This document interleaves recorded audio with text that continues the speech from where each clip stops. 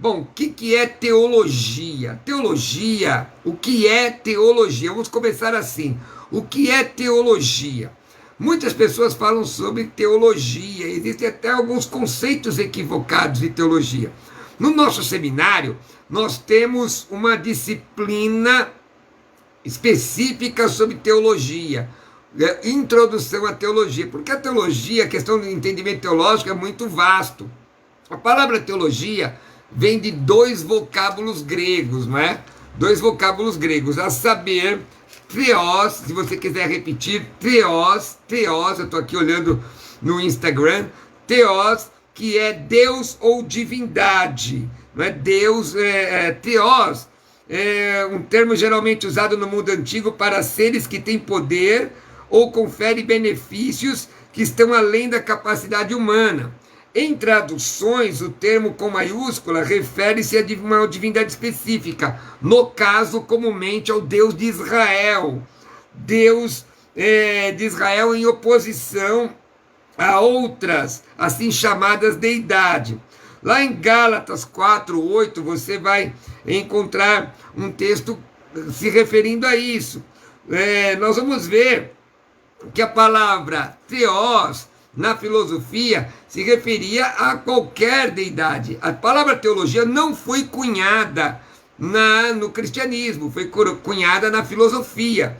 Então a palavra teologia vem de dois vocábulos gregos. Theos, não diga theos, é theos, Deus, não é? Ou divindade, e logos, que é estudo, tratado, discurso. Uma outra palavra ainda relacionada é logizomai, que significa avaliar, levar em conta, calcular, estimar, pensar sobre, considerar. Num termo mais simples, teologia é o estudo ou tratado a respeito de Deus. Mas como se pode estudar Deus que é insondável? Como é possível estudar Deus insondável?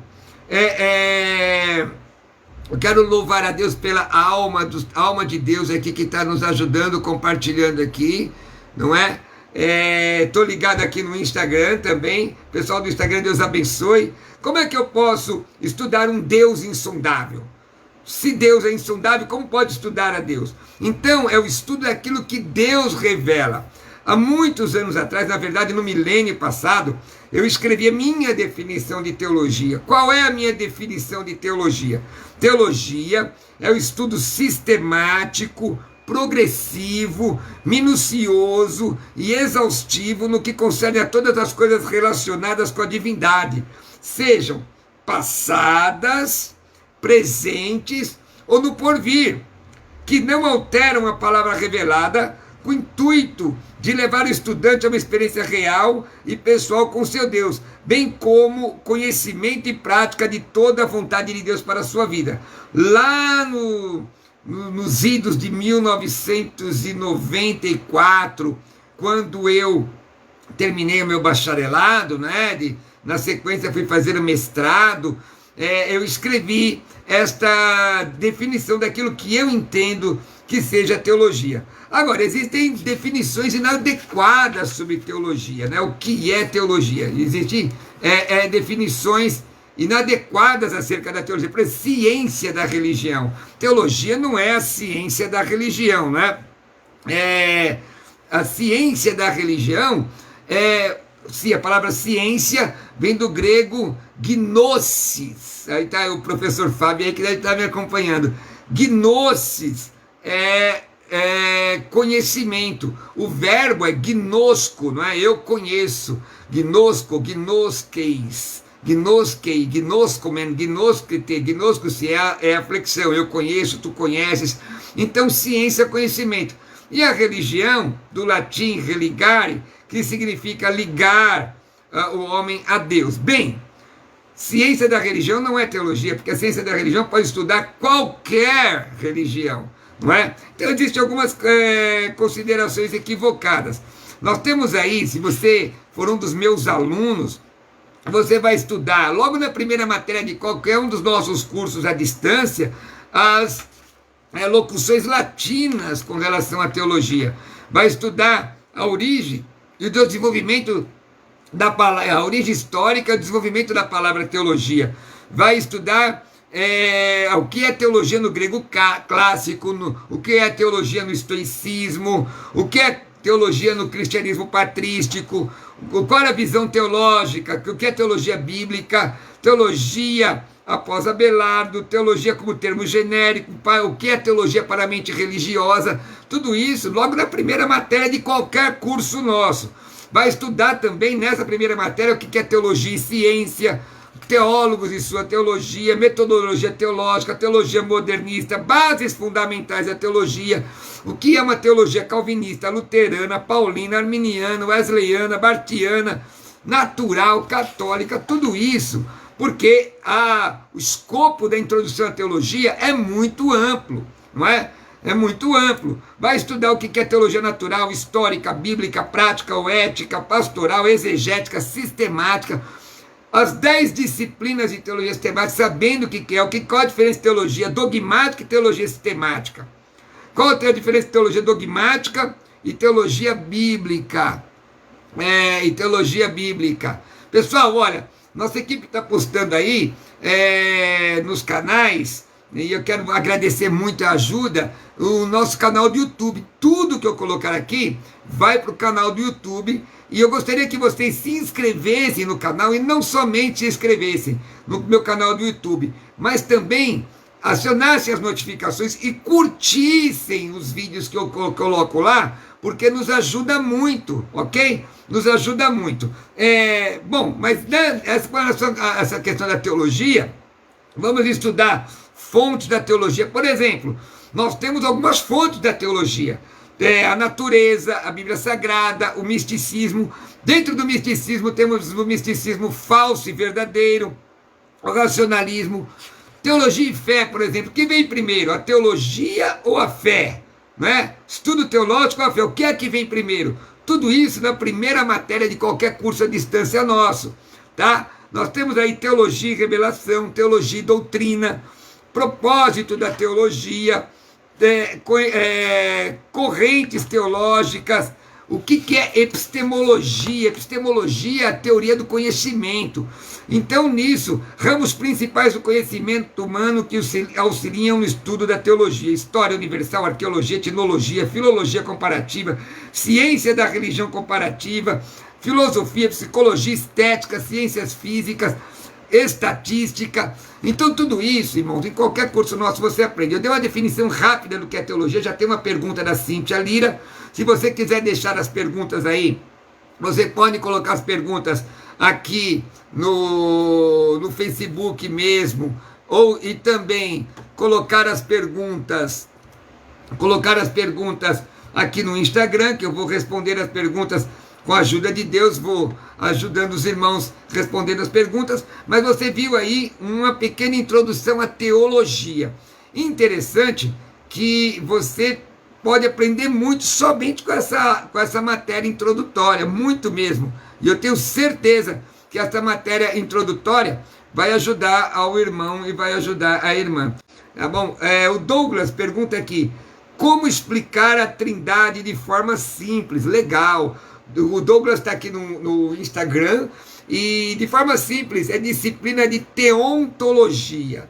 Teontologia ou teologia propriamente dita, ou doutrina de Deus. Então, de forma simples Deus é uno quanto à divindade e trino quanto à personalidade. Nós vamos, numa das nossas disciplinas, nós vamos entender exatamente essa questão da trindade, da triunidade de Deus. Né? Quem cunha essa palavra foi Tertuliano. Tertuliano cunhou a palavra trindade. Eu vou compartilhar com vocês algumas questões agora acerca desse assunto, e você pode, nesse momento, até anotar. Vamos falar sobre a trindade, triunidade de Deus, não é? Vamos lá. Triunidade de Deus significa um só Deus em 3 pessoas divinas, e 3 pessoas divinas num só Deus. Não diga Deus Pai, Deus Filho, Deus Espírito Santo, porque, Douglas, dá a impressão de triteísmo, e não é triteísmo, não é? É Deus, o Pai, o Filho e o Espírito Santo. Se você pegar o Evangelho de João, Evangelion Katai Ioannis, não é? Evangelho segundo João no grego, você vai ver que no capítulo 14, nós vemos ali tanto Jesus mostrando a personalidade, deixa eu pegar aqui o texto, abra aí, Evangelho de João, capítulo 14, Evangelho de João, capítulo 14, e o versículo, 14, 27. Obrigado ao pessoal que está compartilhando, muito obrigado, Deus abençoe vocês, viu? 14, 27, diz assim, ou melhor, 14, Evangelho de João 14, aqui, isto, Evangelho de João 14, pegar aqui o versículo 16,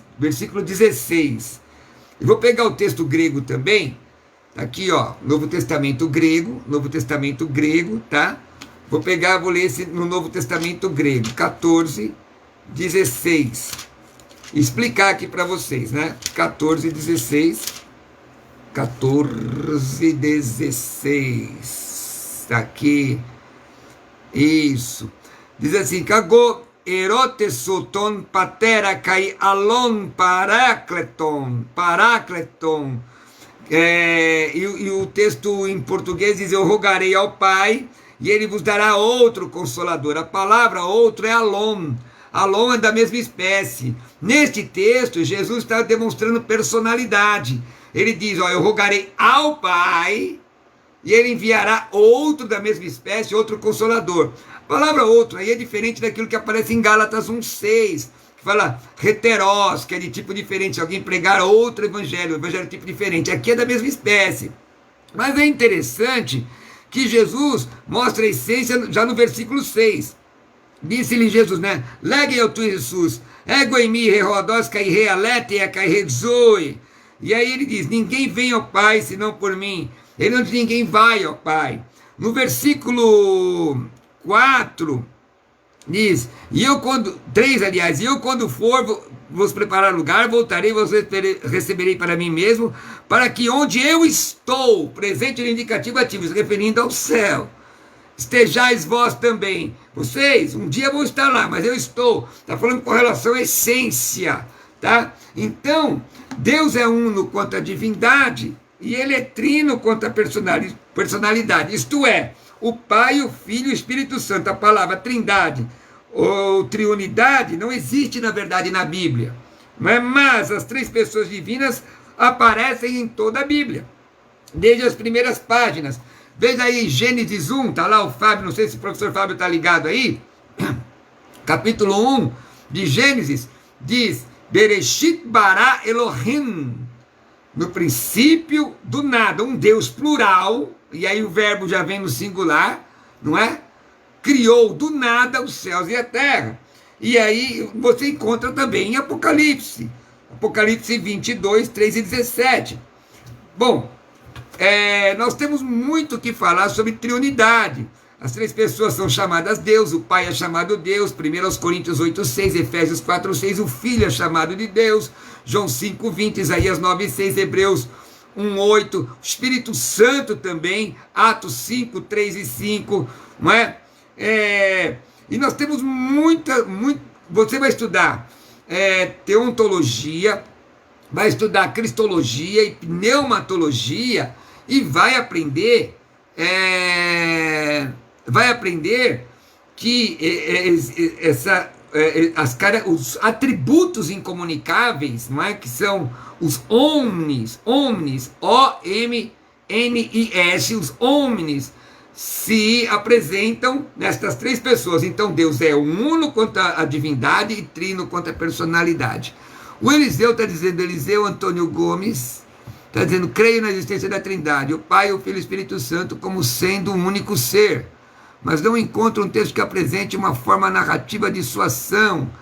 Sim, nós temos diversos textos, Eliseu, que mostram a Trindade quanto a triunidade, prefiro esta palavra, como sendo em essência uma divindade e trino quanto à personalidade. Tem uma pergunta aqui da Cíntia, gente, deixa eu ver aqui. A Cíntia Lira, pastor Cruvinel, que história é essa de que o Novo Testamento está escrito em hebraico só e não em grego? Irmãos, tenham dó. Existe um pessoal que, no afã de judaizar a igreja, no afã de transformar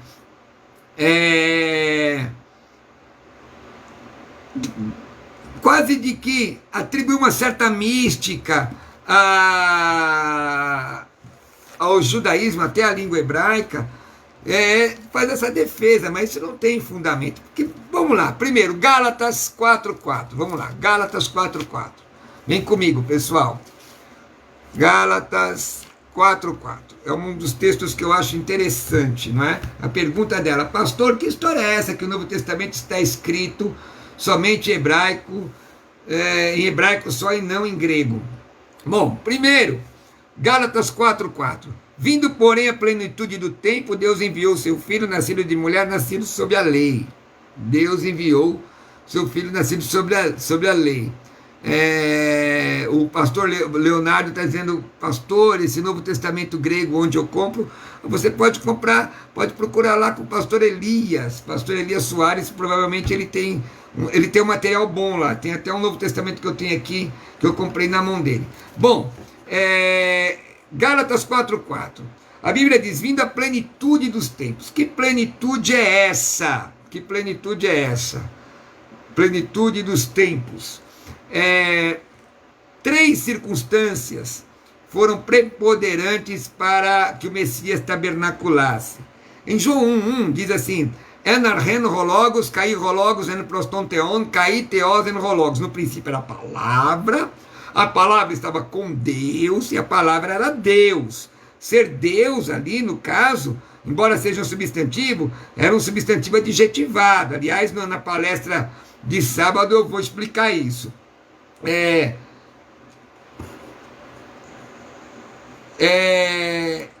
Então, deixa eu ver aqui, tem mais perguntas aqui, eu já vou atendendo aqui, pessoal.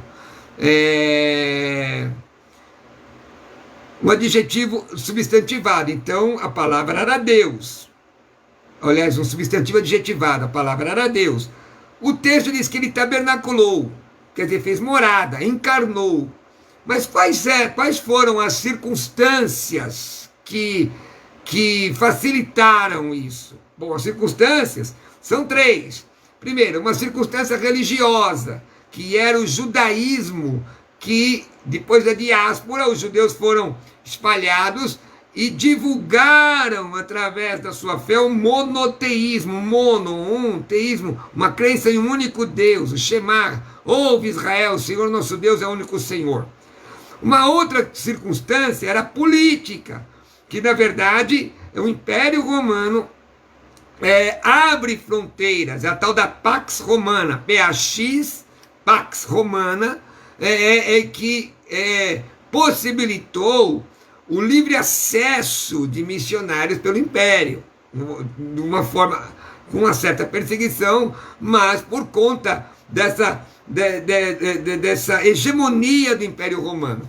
E a outra é a língua grega.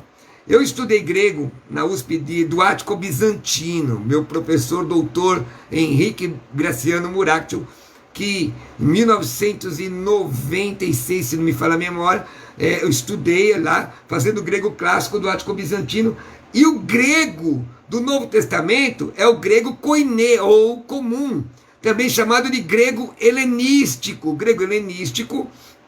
que era o grego popular. As tropas de Alexandre o Grande falavam esse grego popular. E esta língua se tornou uma língua comum.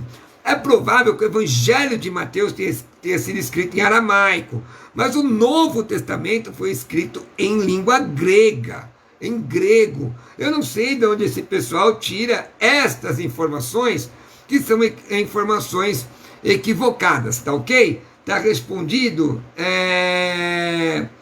Tá respondido? Bom, vamos lá.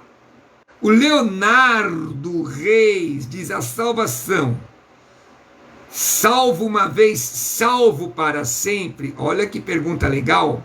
Salvo uma vez, salvo para sempre. Bom, é disciplina de soteriologia. O que é soteriologia? A palavra soteriologia vem do grego soteria e logos. Se você quiser repetir, soteria e logos. É uma disciplina que vem logo da teologia sistemática, que vem logo na sequência da hamartiologia. Né? A hamartiologia é a doutrina do pecado. Hamartia, pecado, errar o alvo.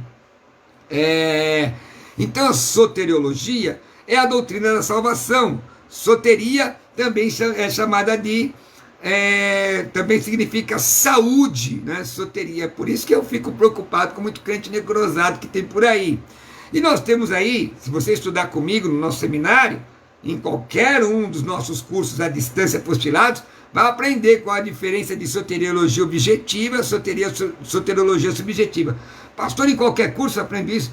Curso de preparação ministerial, curso básico, curso médio e curso avançado. Nos nossos 4 cursos você vai aprender essas questões. Bom, e aí a pergunta é, uma vez salvo, salvo para sempre, e aí nós vamos gravitar naquela questão da predestinação, da eleição incondicional. O Luiz Cláudio, inclusive, faz boa noite, pastor Cruvinel. A depravação total não atingiu a consciência do homem em saber que Deus é bom e o homem foi de todo corrompido depois do pecado, perdendo totalmente a consciência do trato de Deus para com ele antes de pecar. Ora, eu vejo a possibilidade de que o homem seja inspirado pelo Espírito Santo, tocado pelo Espírito Santo, convencido pelo Espírito Santo, que ele possa entregar a vida a Cristo. Atos 2:21 diz a Bíblia: aquele que invocar o nome do Senhor será salvo. Romanos 10, 9 e 10 diz a Bíblia, Romanos 10, 9 e 10 diz se teu coração você crer em Jesus. Vou até ler o texto, Romanos 10, 9 e 10, muito usado pelo Jimmy Swaggart nos anos 80, em suas pregações, e eu me regozijava ouvindo meu irmão. 10, 9 e 10. Se com tua boca confessares a Jesus, veja o condicional. Se com tua boca confessares a Jesus como Senhor, e em teu coração creres que Deus o ressuscitou dentre os mortos, serás salvo. Porque com o coração se crê para a justiça, e com a boca se confessa a respeito da salvação. Por isso que nós fazemos apelo, não é? Agora, uma vez salvo, salvo para sempre, desde que você permaneça na presença de Deus. Permaneça na presença de Deus. Tem muita gente que tem um entendimento equivocado sobre os reformados, irmão. Nenhum reformado que eu conheça, ou nenhum livro reformado que eu conheça, ensina que se você for eleito, você vive uma vida dissoluta. Não. Spurgeon dizia: se você não santifica a sua vida, você coloca em dúvida a sua salvação. Não é? Coloca em dúvida a sua eleição. Os arminianos ensinam: se você não santifica a sua vida, você pode perder a salvação. Ora, de fato, afunila, não é? Afunila. É muito interessante entender que a palavra do Senhor diz que a salvação é pela graça. Efésios 2, 8 e 9. Pela graça sois salvos, mediante a fé, isso não vem de vós, é dom de Deus, não vem de obras, para que ninguém se glorie. Certo? Então, você é salvo pela graça. Mas se você é salvo, essa salvação tem que dar resultado. Tiago diz: mostra a tua fé sem obras. Eu mostrarei a minha fé através das minhas obras. Quais são os resultados? Veja lá, Romanos 12, 1 e 2. Fala sobre corpo entregue em sacrifício vivo. Fala sobre mente renovada. 2 Coríntios 5, 17. Se alguém está em Cristo, nova criatura é. As coisas velhas já passaram e tudo se fez novo. Veja esses textos bíblicos, não é? Que fala de santificação. Então nós temos os 3 aspectos da salvação: salvação do passado, ou salvação imediata, você aceita Jesus, todos os teus pecados estão perdoados. Salvação do presente, ou salvação contínua, que se refere ao resultado da salvação, que é a santidade. Hebreus 12:14, seguir a paz com todos, e a santificação sem a qual ninguém verá Deus. E também a salvação do futuro, chamado de salvação ulterior, ó, que é o harpazo, né, o arrebatamento da igreja, o homem ser tirado da presença do pecado. Tá bom? Então eu acho que eu dei uma ajuda para vocês nessa questão de soteriologia, meus amados irmãos. Eu lancei um curso de escatologia totalmente em vídeo. Arrebatamento da igreja, grande tribulação, 70 semanas de arrebatamento da igreja, grande tribulação, milênio, dispensacionalismo, 70 semanas de Daniel, tudo isso em vídeo. E um curso muito barato com direito a certificado. Além disso, queridos irmãos, quem faz esse curso ganha de presente o curso de pneumatologia, também com certificado em áudio, um dos melhores trabalhos que eu fiz, são 13 módulos. Vários irmãos já estão fazendo, você fica com isso 1 ano disponível para você, fica o tempo que você quiser com esse trabalho, com estas aulas disponíveis, você assiste quantas vezes você quiser e você tem direito ao certificado de pneumatologia e de escatologia, pagando somente o curso de escatologia. Como é que você faz? Você pode entrar agora direto no link teologiacursos.com.br, teologiacursos.com.br. Eu vou repetir, teologiacursos.com.br. E você entra lá, você vai ver o curso de escatologia em vídeo e ganha um curso de pneumatologia em áudio. E custa R$ 229,90, tem até formas lá de você dividir pelo PagSeguro, não é? É só entrar, teologiacursos.com.br. Pastor, eu quero outras informações, então me manda uma mensagem no WhatsApp agora, 11 9 6766 5787, 11 9 6766 5787, ok? Vou repetir, 11 96766 5787.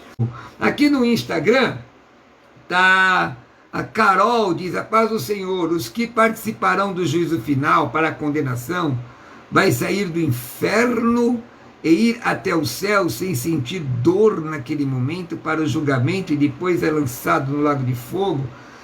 Carol, tem um vídeo lá no meu canal do YouTube, onde eu digo que todos os caminhos levam a Deus. Ó, todos os caminhos levam a Deus. Mas como isso? Apocalipse capítulo 20, vamos lá. E aí vamos ver se eu consigo responder a sua pergunta, Carol. Todos os caminhos levam a Deus. Deixa eu ver. Apocalipse capítulo 20. É certo eu dizer isso? Todos os caminhos levam a Deus? Pergunta da Carol: paz do Senhor, os que participarão do juízo final para a condenação vai sair do inferno e até o céu sem sentir dor naquele momento para o julgamento e depois é lançado no lago de fogo? Bom, vamos ao que a Bíblia exatamente diz, né? Apocalipse capítulo 20, a partir do versículo 11. E vi um grande trono branco e aquele que nele se assenta, ele cuja presença fugiram a terra e o céu, e não se achou lugar para eles. 12. Vi também os mortos, os grandes e os pequenos, postos em pé diante do trono. Então se abriram livros. Ainda outro livro, o livro da vida, foi aberto. E os mortos foram julgados segundo as suas obras, conforme se achava escrito neles. Deu o mar os mortos que nele estavam.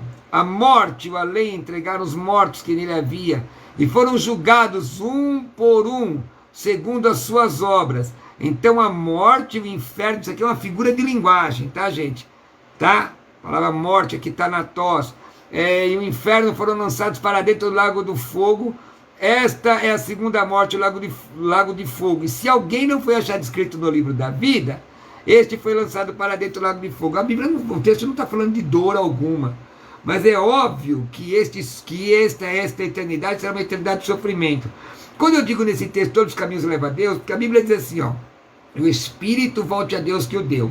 Espírito de quem? Espírito de todo mundo, Carol. De todo ser humano. Porque quem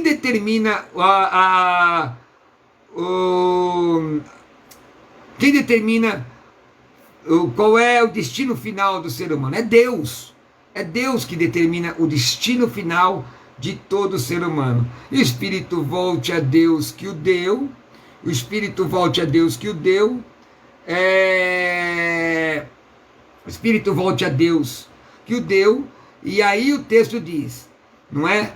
Que Deus que vai determinar para onde o ser humano vai. Agora, todos os caminhos levam a Deus, sem dúvida. E salvação, só Jesus, que está escrito lá no Evangelho de João 14,6. Disse-lhe Jesus, eu sou o caminho, a verdade e a vida. Então, o Eliseu, Antônio, Eliseu está participando bastante, né?